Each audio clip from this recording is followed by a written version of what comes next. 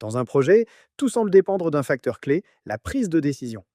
Chaque jour, un chef de projet doit arbitrer, accepter une livraison, prioriser des tâches, gérer un risque ou ajuster un planning. Un projet avance uniquement grâce aux choix qui sont faits à chaque étape. Mais dans la réalité, décider est rarement simple. Il faut composer avec un manque d'informations, des délais serrés et des parties prenantes aux attentes parfois divergentes. Dès que plusieurs acteurs sont impliqués, la complexité augmente. Il faut aligner, convaincre et faire adhérer. Dans cette vidéo, nous verrons comment rendre ce processus plus efficace, en identifiant les principaux points de blocage et en mettant en place des leviers concrets pour y répondre. L'objectif est de structurer la prise de décision, mieux impliquer les parties prenantes et sécuriser la mise en œuvre des choix réalisés directement en projet. Pour commencer, il est utile de comprendre concrètement sur quoi portent ces décisions. Prenons un exemple. Imaginons un projet de déploiement d'un nouveau logiciel dans une entreprise. À 2 semaines de la mise en production, le fournisseur annonce que certaines fonctionnalités ne seront pas prêtes à temps. Le chef de projet doit alors prendre une décision. Faut-il maintenir la date de mise en service avec une version incomplète, repousser le déploiement de quelques semaines ou rechercher une solution intermédiaire? Chaque option présente des avantages et des risques. Maintenir le calendrier peut limiter les impacts sur l'organisation, mais générer des insatisfactions chez les utilisateurs. Reporter le projet permet de livrer une solution plus complète, mais entraîne des coûts supplémentaires et peut perturber d'autres projets. Une solution intermédiaire, comme un déploiement progressif, nécessite l'accord des différentes parties prenantes. Pour prendre la meilleure décision, le chef de projet doit analyser les impacts, consulter les acteurs concernés, évaluer les risques et proposer une recommandation claire avant l'arbitrage final. Au quotidien, le chef de projet intervient sur de nombreux arbitrages. À titre d'exemple, il peut être amené à accepter ou refuser une livraison fournisseur, valider des charges ou des délais, découper le projet en lots de travail, activer un plan de réponse à un risque. Ces choix influencent directement l'avancement du projet.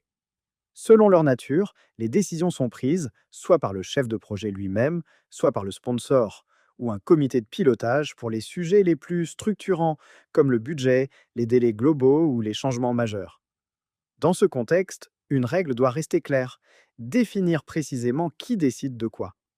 Sans cette clarification, les responsabilités se diluent et le projet risque rapidement de ralentir. Si le périmètre des décisions est désormais plus clair, leur mise en œuvre reste souvent plus complexe dans la réalité. Dans la pratique, plusieurs obstacles viennent compliquer le processus de décision.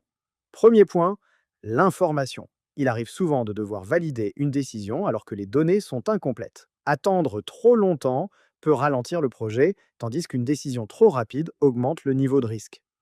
L'enjeu consiste donc à décider avec suffisamment d'informations sans chercher à tout connaître.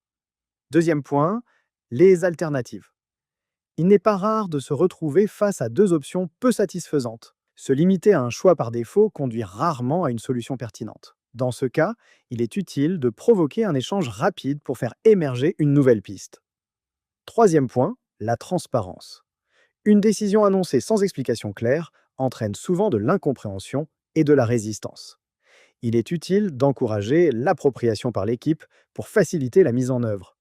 Quatrième point, le collectif. En réunion, certaines personnes prennent facilement la parole alors que d'autres restent en retrait. Le groupe peut alors donner l'impression d'être aligné, sans réelle remise en question des propositions. Ce type de situation correspond à un biais de groupe. Face à ces difficultés, il devient essentiel de structurer la manière dont les décisions sont prises. Développer votre influence en transversal, mobiliser durablement vos équipes et dépasser les résistances grâce à ce guide pratique de gestion d'équipe, fondé sur des retours d'expérience concrets et directement applicables à vos projets. Retrouvez sous la vidéo le lien pour découvrir le guide de gestion d'équipe et renforcer la collaboration autour de vos projets. Pour améliorer la prise de décision, il faut d'abord poser un cadre clair. Concrètement, cela signifie savoir qui décide, à quel moment et sur quel sujet. Premier levier, clarifier les rôles. Une personne doit être responsable de la décision, tandis que les autres contribuent ou exécutent. Sans cette distinction, les arbitrages se bloquent. Deuxième levier, comprendre les parties prenantes. Avant une décision importante, identifier les acteurs clés, anticiper leurs attentes, adapter le discours. Certains attendent des données, d'autres une vision globale ou une décision rapide. Troisième levier, cadrer le temps. Fixer un moment précis pour trancher permet d'éviter les discussions interminables. Quatrième levier, structurer la réflexion. Quelques questions simples permettent d'avancer efficacement. Quels sont les faits? Quels sont les risques? Quels sont les bénéfices? Quelles sont les options? Quelles décisions retenir?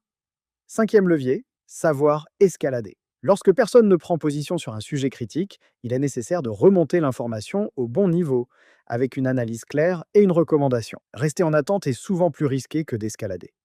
Ces leviers permettent d'améliorer la prise de décision au quotidien, mais ils prennent encore plus d'importance lorsque plusieurs personnes sont impliquées. Toutes les décisions ne nécessitent pas le même niveau d'implication. Les sujets stratégiques concernent le management, les décisions tactiques, l'équipe projet et les actions opérationnelles se traitent en petits groupes. Pour structurer les échanges, plusieurs techniques peuvent être utilisées. Le vote par points consiste à attribuer un nombre limité de points à répartir entre les différentes options, ce qui permet de faire ressortir rapidement les préférences du groupe. Le consensus repose sur des échanges successifs afin d'aboutir à une solution acceptable par tous, même si ce processus peut être plus long et conduire à des compromis. Le consentement vise à avancer dès lors qu'aucune opposition majeure n'est exprimée, ce qui facilite la mise en œuvre, mais nécessite souvent plusieurs ajustements. Le choix de la méthode dépend du contexte, du temps disponible et du niveau d'alignement recherché. Un élément reste déterminant, le climat de confiance. Lorsque chacun peut s'exprimer librement, la qualité des décisions s'améliore. Une fois la décision prise, un autre enjeu apparaît immédiatement, sa mise en œuvre. Faire un choix ne suffit pas, encore faut-il qu'il soit compris et appliqué. Une décision annoncée sans explication claire entraîne souvent des résistances et ralentit la mise en œuvre. Il est donc essentiel de préciser le contexte, les objectifs et les bénéfices attendus. Un suivi est également nécessaire. L'action est-elle réellement mise en œuvre? Les résultats sont-ils conformes aux attentes? Enfin, conserver une trace des décisions permet d'éviter les retours en arrière et d'améliorer les pratiques dans le temps. Au-delà des méthodes et des outils, c'est l'ensemble de cette dynamique qu'il faut maîtriser. Décider en projet consiste avant tout à structurer la réflexion, à mobiliser les bonnes personnes et à transformer rapidement un choix en action. Chaque décision s'inscrit dans un cadre où il faut analyser, arbitrer, aligner les parties prenantes et assurer une mise en œuvre efficace. Trouver le bon équilibre entre analyse et rapidité permet de faire avancer le projet de manière fluide, tout en maîtrisant les risques. Lorsque ce processus est bien structuré, la prise de décision devient un véritable levier de performance, capable d'accélérer l'avancement, de renforcer la cohésion de l'équipe et de sécuriser les résultats. Pour résumer, voici quelques points clés à retenir pour améliorer la prise de décision en projet. Clarifier systématiquement qui décide, qui contribue et qui exécute. Une répartition claire des rôles permet d'éviter les blocages et les pertes de temps. N'attendez pas de disposer de toutes les informations avant d'agir. L'objectif est de prendre une décision suffisamment éclairée, tout en respectant les contraintes de délai du projet. Prenez en compte les attentes des parties prenantes en amont des décisions importantes, afin de faciliter l'adhésion et de limiter les résistances. Structurez vos arbitrages à l'aide d'une réflexion simple basée sur les faits, les risques, les bénéfices, les options disponibles et les impacts attendus. Adaptez le niveau de participation au type de décision. Toutes les décisions ne nécessitent pas l'implication du même nombre d'acteurs ni le même niveau de validation. Communiquez clairement les décisions prises en expliquant leur contexte, leurs objectifs et les résultats recherchés pour faciliter leur mise en œuvre. Assurez un suivi des décisions et de leurs effets dans le temps. Une décision n'a de valeur que si elle est appliquée et produit les résultats attendus. Gardez à l'esprit que la qualité d'une décision repose autant sur la méthode utilisée que sur la capacité à mobiliser les bonnes personnes au bon moment. Si vous souhaitez renforcer la collaboration au sein de vos équipes projet, gagner en impact dans vos interactions en transversal et dépasser plus facilement les blocages humains, ce guide de gestion d'équipe est fait pour vous. Il vous aidera à fédérer les parties prenantes autour d'objectifs communs, à poser un cadre de collaboration clair et motivant, à développer votre influence sans lien hiérarchique, à mieux gérer les tensions et résistances au changement, et à vous appuyer sur des retours d'expérience concrets et directement applicables. Consultez le lien en haut de cette vidéo ou en description pour télécharger le guide pratique. Faites part de vos commentaires, questions ou partage de leçons apprises par vos propres expériences. Consultez plus d'articles sur BGDP pour apprendre et progresser en management de projet.